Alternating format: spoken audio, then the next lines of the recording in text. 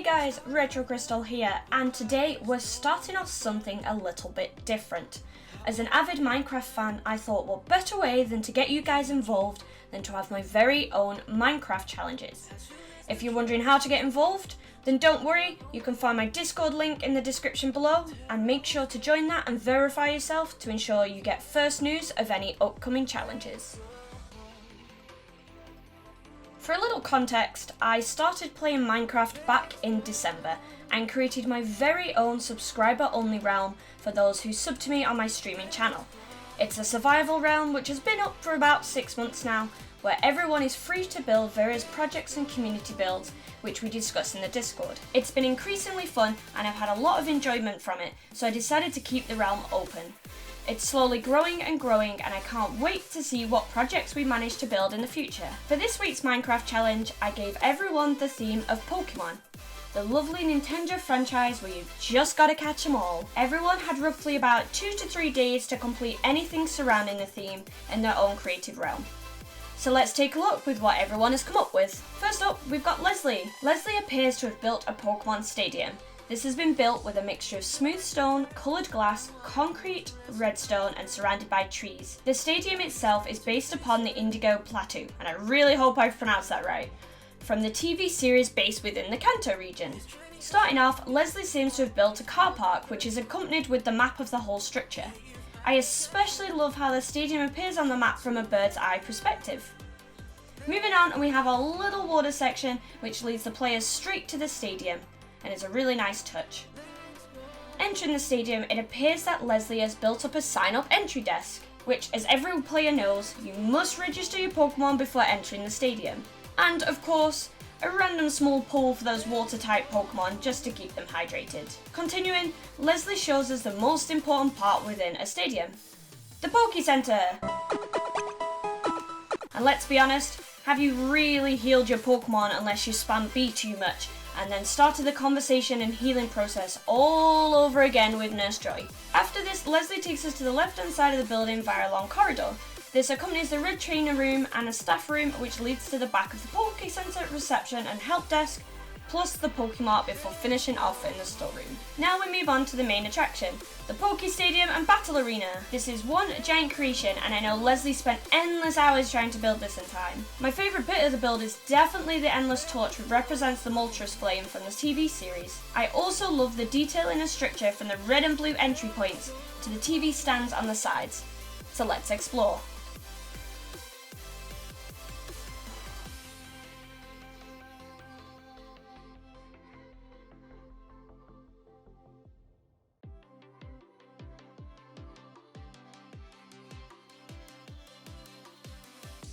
Started off well, but I just don't understand how all of our plans kept changing. As soon as the choice was made to go our own ways, a terrible fate.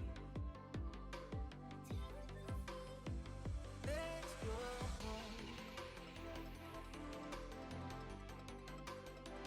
Let's go home. Let's go home. Let's go home.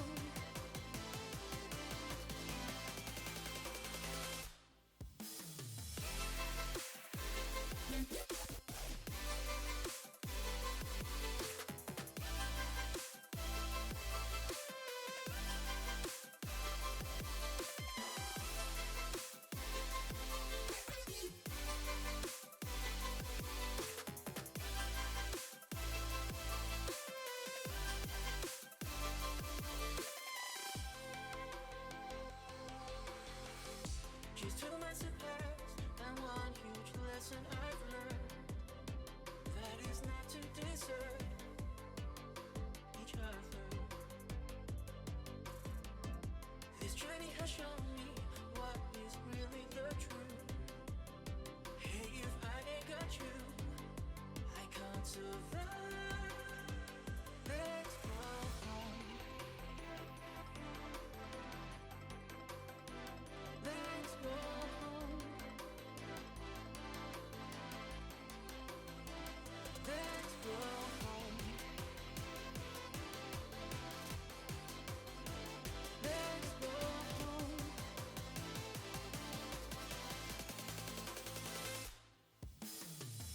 Next up is Jacko, who made us some nice little starting messages, so let's give them a read.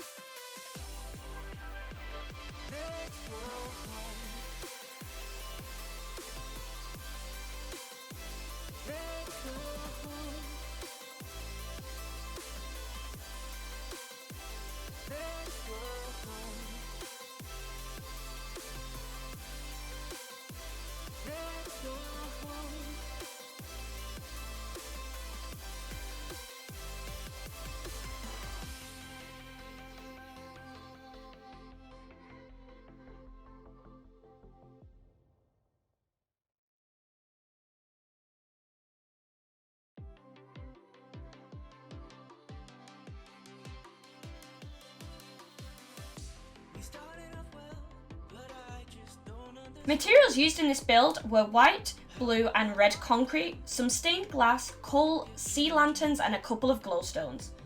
This build is one of the Gen 3 legendaries Kyogre, who I recently found out is actually pronounced Kyogre. This is Jacko's favourite Pokemon and I encased it around a Great Ball and given it the effect via water of splashing out, by most likely using the move Waterfall. It was super effective. I really love the use of design between both the red and blue colours of the Pokemon alongside the symmetrical placing of all the blocks. It's incredibly accurate and a lot of precision has gone into this. The best bit about the build is its secret compartment. If you break from above, you can land inside the Pokemon to this awesome little hidden room, perfectly accentuated with glowstones. This is a really cool touch and I actually wouldn't have found this if it wasn't for Jacko showing me himself.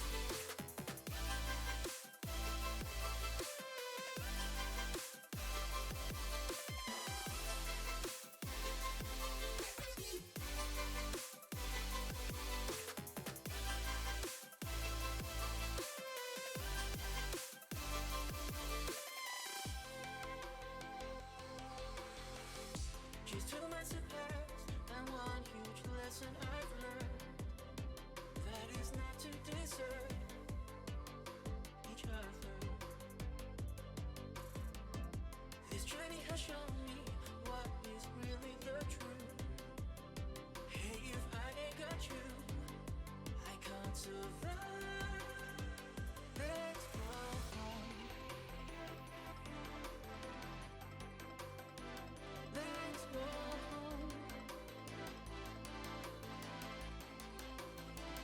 Let's go home. Let's go home.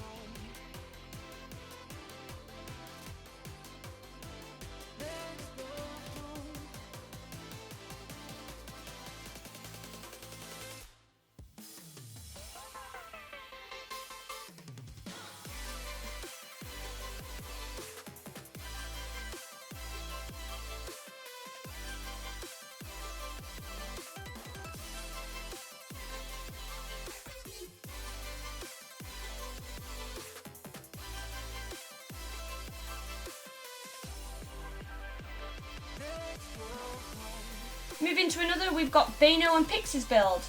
This build was based upon the mobile game Pokemon Quest.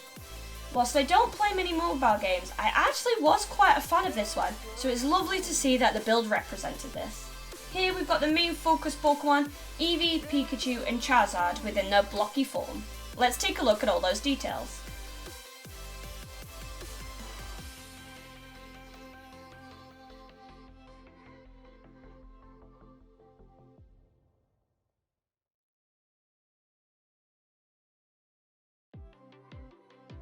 Additionally, we've also got this cool looking Pokeball, quite the iconic symbol for the Pokemon franchise.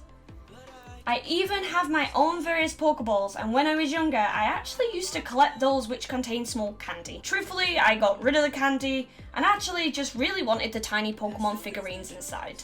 In this build you can even go inside the Pokeball, which is a cool little touch. I love all the lanterns across the walls as it gives this Pokeball a little homely feel. Thanks Bano and Pix, love this build. Now we're checking out Watson's.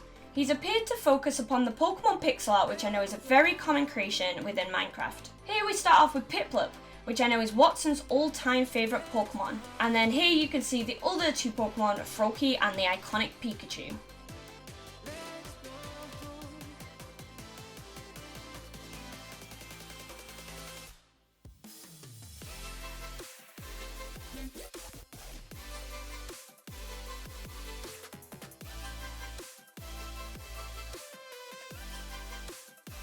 Moving on, Watson has also created the starter Pokemon from Gen 1, Squirtle, Charmander and Bulbasaur. Personally, I'm a massive fan of Fire-type Pokemon, and definitely would have picked Charmander here as the starter Pokemon. There's nothing more badass than it evolving all the way to Charizard and giving it that Hydro Pump.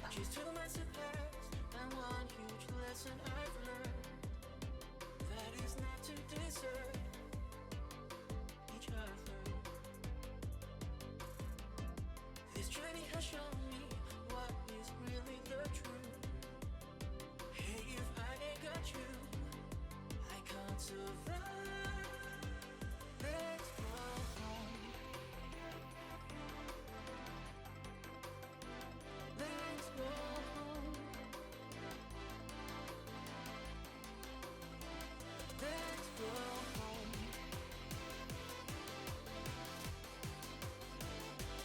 Now we move over to this awesome battle arena.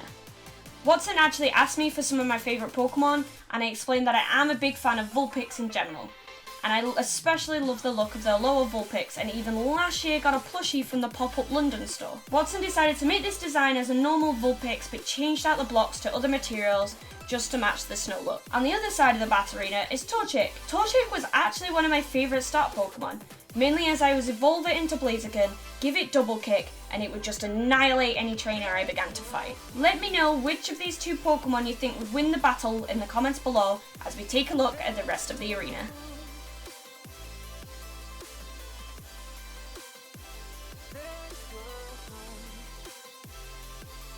Thanks to everyone who took part in this week's challenge, and if you want to join future challenges, make sure to join the Discord link in the description below for more information. Don't forget to like and subscribe, and let me know your favourite of the builds in the comments below. See you guys later.